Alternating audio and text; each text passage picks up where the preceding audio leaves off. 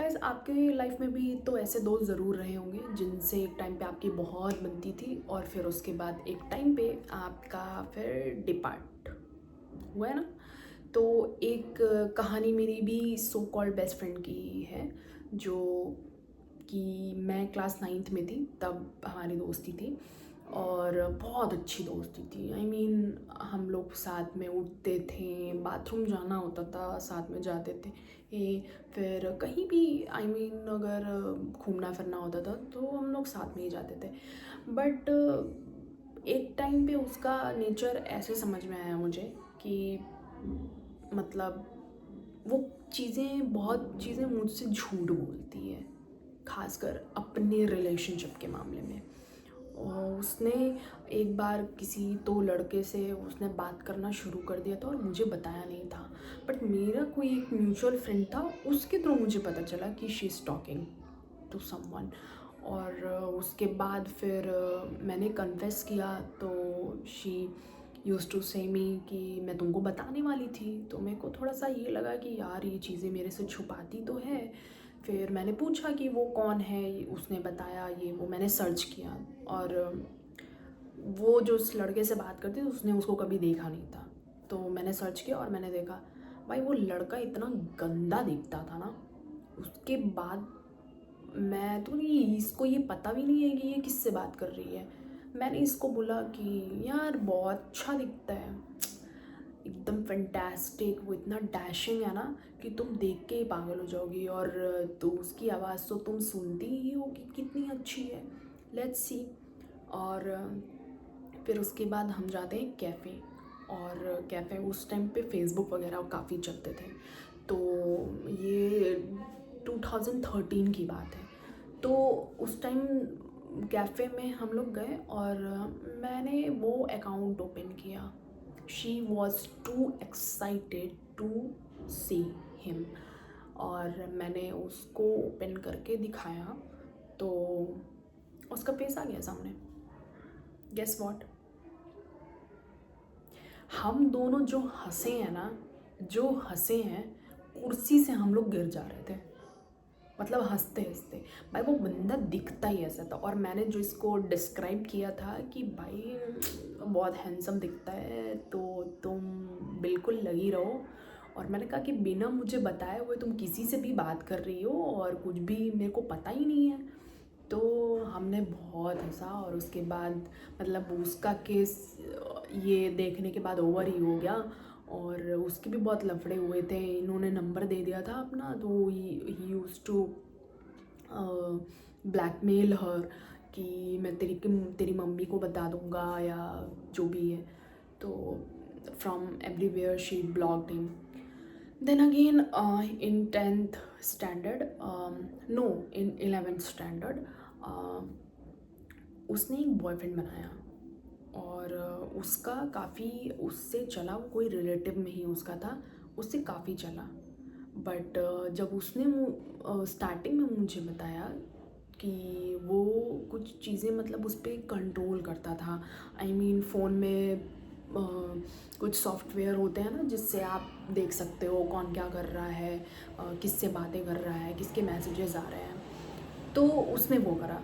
मैंने इसको वार्न किया कि यार ये लड़का सही नहीं है, प्लीज़ इसको डेट मत करो और तुम पछताओगी, प्लीज़ इसको मत डेट करो। उसने मेरी नहीं सुनी और वो उसको डेट करती रही। और फिर उसके बाद चीज़ें ऐसी थी कि वो मेरे से भी मिलना बंद कर दी थी। मैं मतलब उसको कॉल करती थी, प्लान हमारा बनता था, बट वो कैंसिल कर देती थी एट द मोमेंट।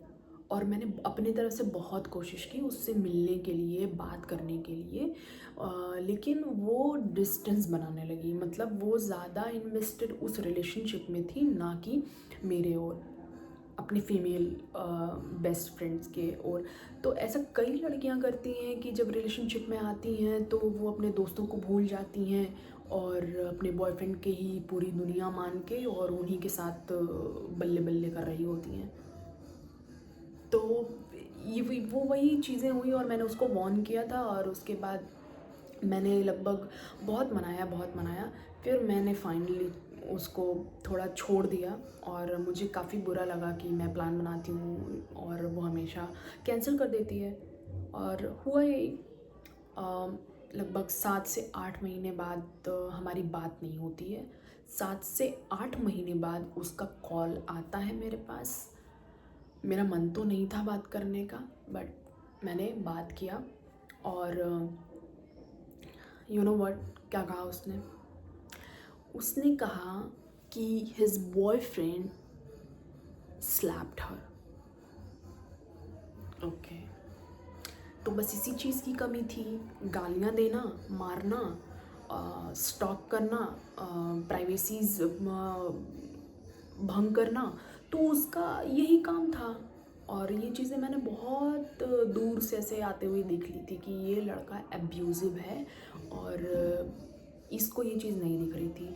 मैंने बहुत समझाया था, इसने नहीं माना और उसने मुझे बताया कि उसको इसने कई बार इसके ऊपर हाथ उठाया, गालियाँ दिया है और ये बहुत परेशान थी। ठीक है, मैंने कोशिश किया कि चलो ठीक है, जो हुआ सो हुआ, लेट्स मीट। हम मिले, हमने बहुत बातें की, हमने पुरानी जितनी बातें थी सब भूल गए और आगे बढ़े। लेकिन फिर एंट्री होती है फिर किसी एक लड़के की, जो कि ये इंस्टाग्राम से बात कर रही थी किसी लड़के से, और इसने वापस से मुझे इग्नोर करना शुरू कर दिया। और इस टाइम हम लोग 12th पास कर चुके थे। मैं कुछ और दूसरे कॉलेज में थी और ये किसी दूसरे कॉलेज में थी। ये दूसरे कॉलेज में भी ये थी या नहीं ये मुझे नहीं पता। ये शी यूज्ड टू मतलब से मी कि मैं यहाँ पढ़ती हूँ, बट मैंने कभी भी उसको वहाँ पे देखा नहीं। मुझे सब लोग मिले, मुझे वही नहीं मिली, मेरी बेस्ट फ्रेंड सो कॉल्ड, मुझे उसके बारे में नहीं पता। तो वो दिन आया, फिर उसके बाद इसकी वजह से भी इसने इग्नोर करना शुरू कर दिया। वो कोई इंस्टाग्राम का बंदा था, रैंडम बंदा, जिसके लिए ये मेरे को इग्नोर कर रही थी। और उसके बाद फिर कोई बात बनी नहीं, फिर वापस मेरी ज़िंदगी में। मैंने इस बार कह दिया कि नहीं, मुझे बात नहीं करनी है तुमसे।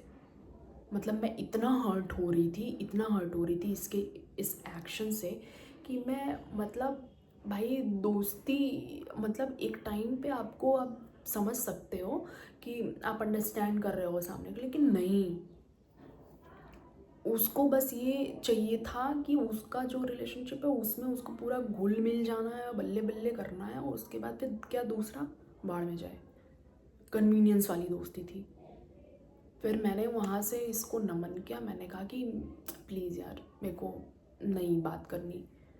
बट समय बीतता है, हम फिर 2 साल बाद फिर मिलते हैं, बातचीत होती है, बट जो स्पार्क पहले जिस दोस्ती में था वो स्पार्क नहीं रह गया था। और ख़ासकर मतलब मेरे तरफ से हम मिलते थे, हमने 2-4 बार मिला है, हमारी बातचीत हुई, अच्छी बातचीत हुई है और उसी तरीके से बातचीत हुई है, लेकिन वो स्पार्क नहीं रह गया। अगर कह दो कि वो ट्रस्ट आप बिल्डअप कर लो वापस से, तो वो ट्रस्ट बिल्डअप नहीं होता है। जब आप एक बार खोते हो, फिर आपने दूसरी बार भी वही काम किया, आप तीसरी बार भी वही काम करना चाहते हो, तो आपके पास से वो ट्रस्ट नहीं है। आप अपने बेस्ट फ्रेंड से सब चीज़ें छिपा रहे हो, नहीं पता है, आप उसको एकदम दरकिनार कर दे रहे हो। तो फिर मतलब सब कुछ वो ओवर हो गया। वैसी दोस्ती मेरी उसकी बची नहीं, और बट सो कॉल्ड मैं अपने मन में ग्रजेस रखती नहीं हूँ। तो मैंने उससे मुलाकात की थी लास्ट ईयर मैंने मुलाकात की थी, और पिछले साल 2025 में, और मिले, हमने बात की और कैजुअल था सब कुछ।